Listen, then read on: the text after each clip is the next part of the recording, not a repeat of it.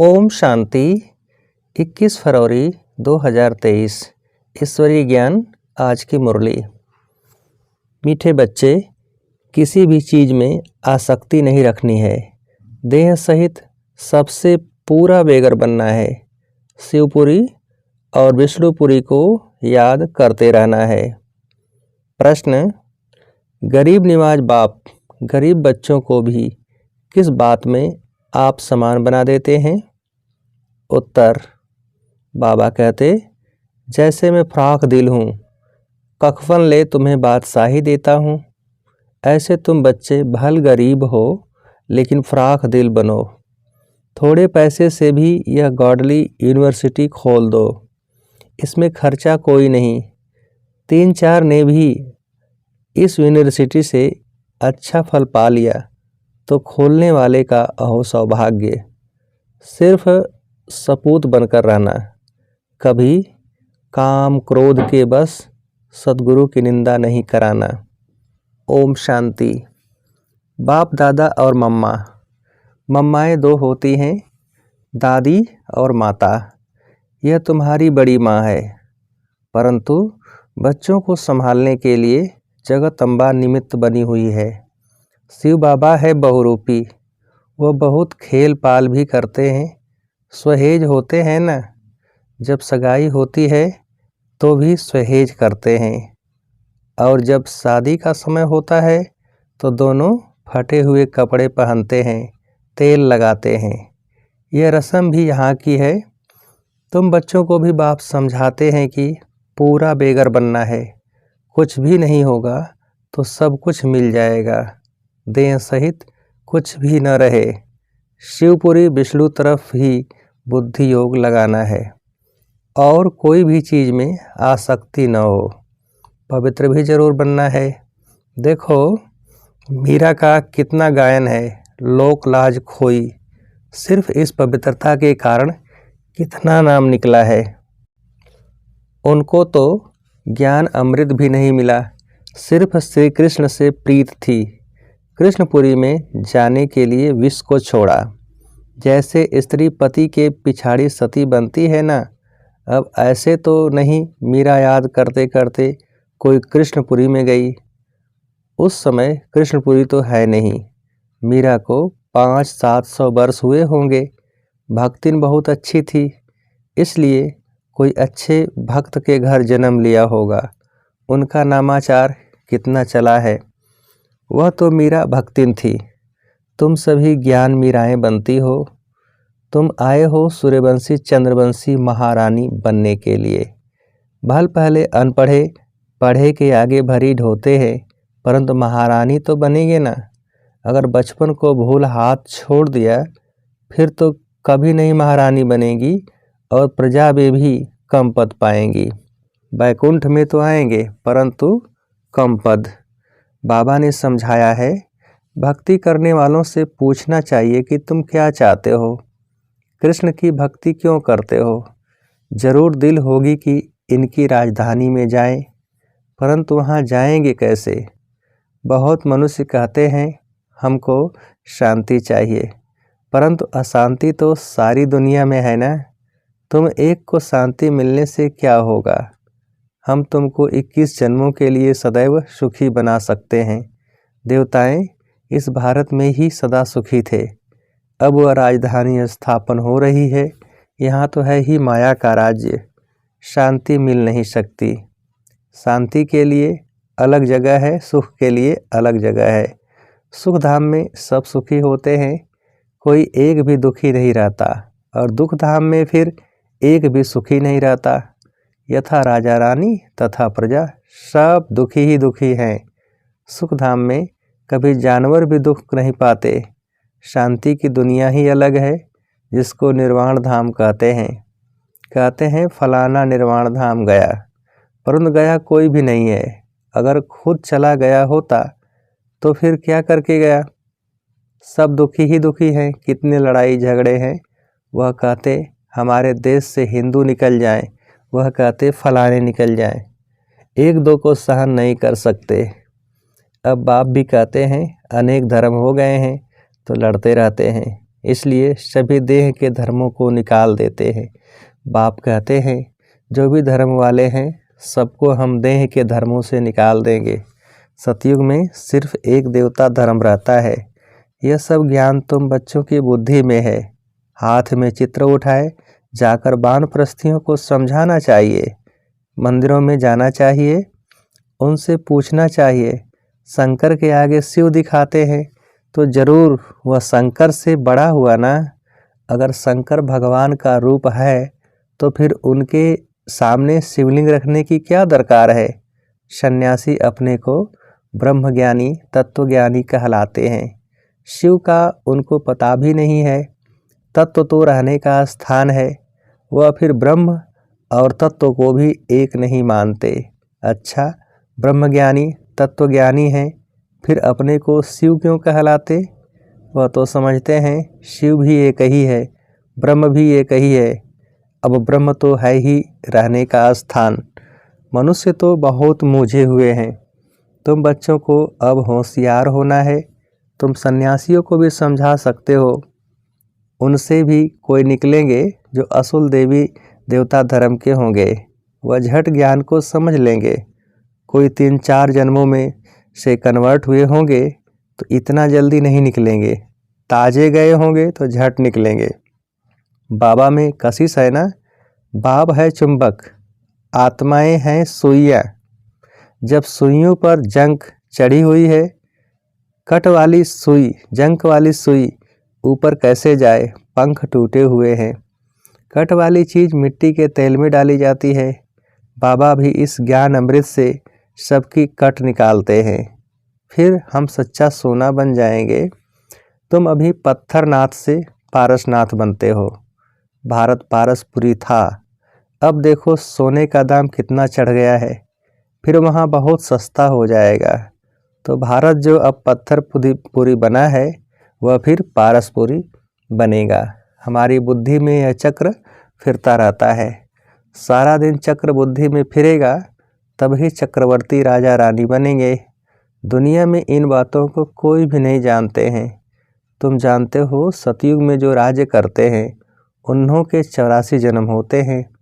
फिर त्रेता वालों के जरूर कम होंगे। कहाँ 84 जन्म, कहाँ फिर 84 लाख कह देते हैं।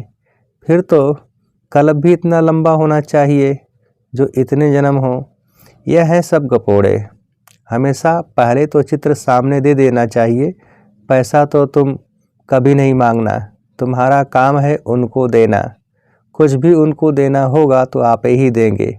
कोई दाम पूछे तो बोलो बाबा तो गरीब निवाज है, गरीबों के लिए फ्री बांटा जाता है। बाकी साहूकार जितना देंगे उतना हम और भी छपाएंगे। पैसा कोई कम, पैसा कोई हम अपने काम में थोड़े ही लगाते हैं। जो मिलता है जनता की सेवा में काम में लगाया जाता है। साहूकार ही तो धर्मशाला आदि बनाएंगे। यहाँ गरीब भी सेंटर बना सकते हैं, इसमें खर्चा कुछ भी नहीं है।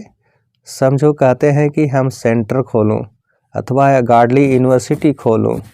ऐसी गार्डली यूनिवर्सिटी से 3-4 ने भी अच्छा फल पा लिया तो अहो सौभाग्य उन खोलने वालों का।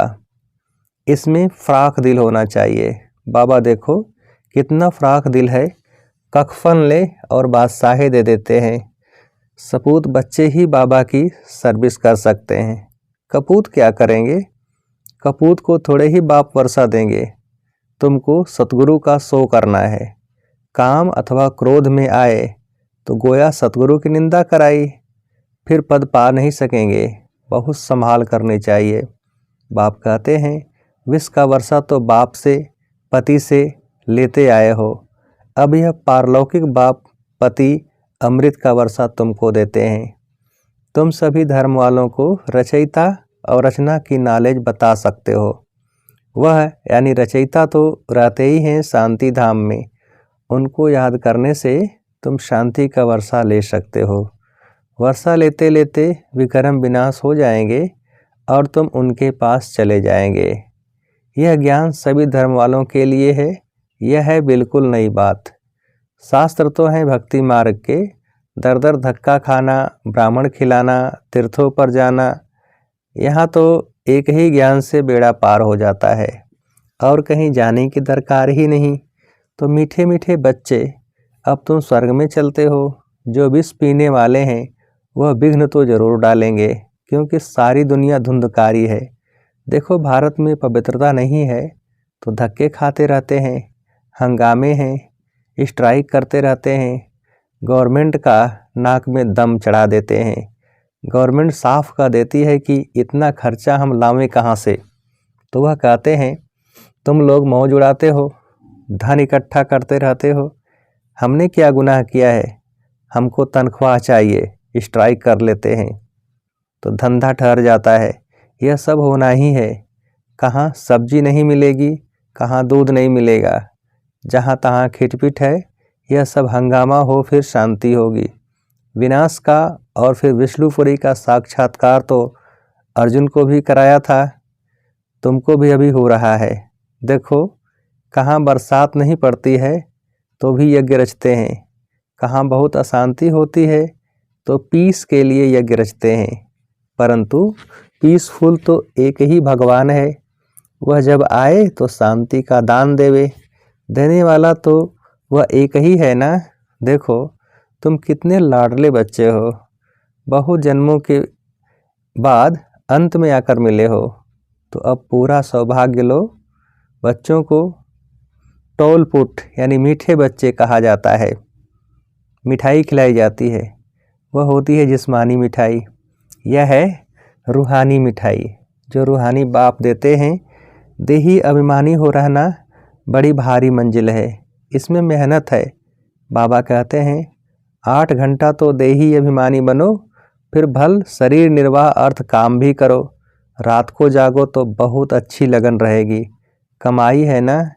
हे नींद को जीतने वाले बच्चे, मुझ बाप को श्वासों श्वास याद करो, विचार सागर मंथन करो। रात दिन जितना योग में रहेंगे उतना विकर्म विनाश होंगे, और जितना ज्ञान सिमरण करेंगे उतनी कमाई होगी। बाकी तो सर्विस बहुत है। बाबा से पूछेंगे तो बाबा कहेंगे बैठे रहो, आराम करो, इसमें पूछने की क्या दरकार है।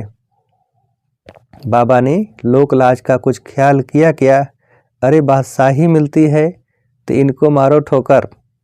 बाकी हाँ, हर एक का अपना अपना पार्ट है, हर एक का कर्म बंधन अलग अलग है। पैसे हैं तो अलौकिक सर्विस में पैसे को सफल करो, यह तो बच्चे समझते हो। इस ज्ञान मार्ग में जरूर विघ्न पड़ते हैं, क्योंकि पवित्रता का सवाल है। जो भी धर्म स्थापन करने आते हैं उन्हों को पवित्र जरूर बनाना पड़े। इस समय तो मनुष्य बहुत गंदे हैं, विघ्न भी बहुत डालेंगे, झूठ कलंक भी लगाएंगे। इन बातों से डरना नहीं है, कुछ भी हो घबराना नहीं चाहिए। 5000 वर्ष पहले भी यह कलंक लगे थे, अब भी लगेंगे। झूठी झूठी बनावटी बातें भी करेंगे, किसको रिस्पांड ठीक न मिलने से भी हंगामा करते हैं। आहिस्ते आहिस्ते सन्यासी उदासी आदि का सब धर्म वाले आएंगे। सबको बाप की नॉलेज जरूर लेनी है। ये चित्र भी सारी दुनिया में जाने हैं। कभी क्रोध में आकर वाद विवाद नहीं करना है। भल जाए कोई निंदा करे, गुस्से में कभी नहीं आना चाहिए। बच्चों को रिफ्रेश हो फिर सर्विस करनी है।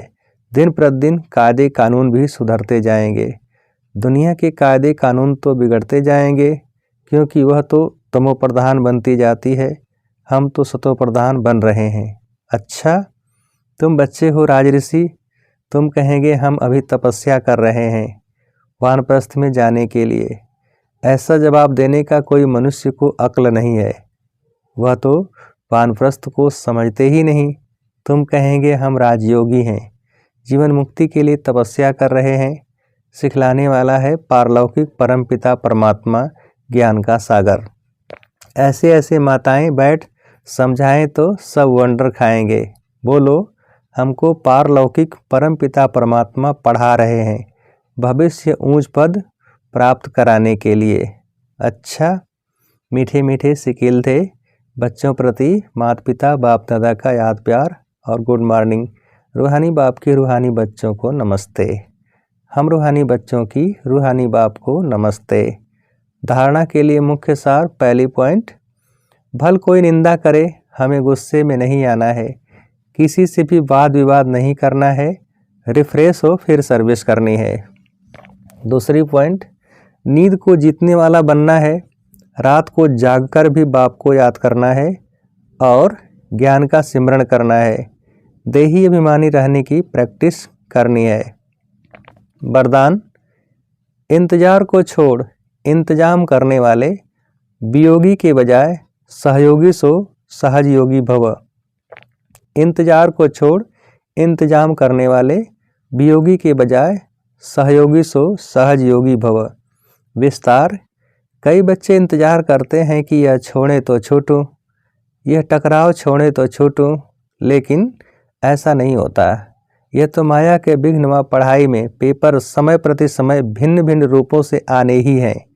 तो यह इंतजार नहीं करो कि फलाना व्यक्ति पास करे, फलानी परिस्थिति पास करे, नहीं, मुझे पास करना है। ऐसा इंतजाम करो, सदा श्रीमत की अंगुली के आधार पर चलते सहयोगी सो सहयोगी बनो, कभी सहयोगी कभी वियोगी नहीं। स्लोगन, अपने उमंग उत्साह द्वारा अनेक आत्माओं का उत्साह बढ़ाना यही सच्ची सेवा है। अपने उमंग उत्साह द्वारा अनेक आत्माओं का उत्साह बढ़ाना यह सच्ची सेवा है। अच्छा, ओम शांति।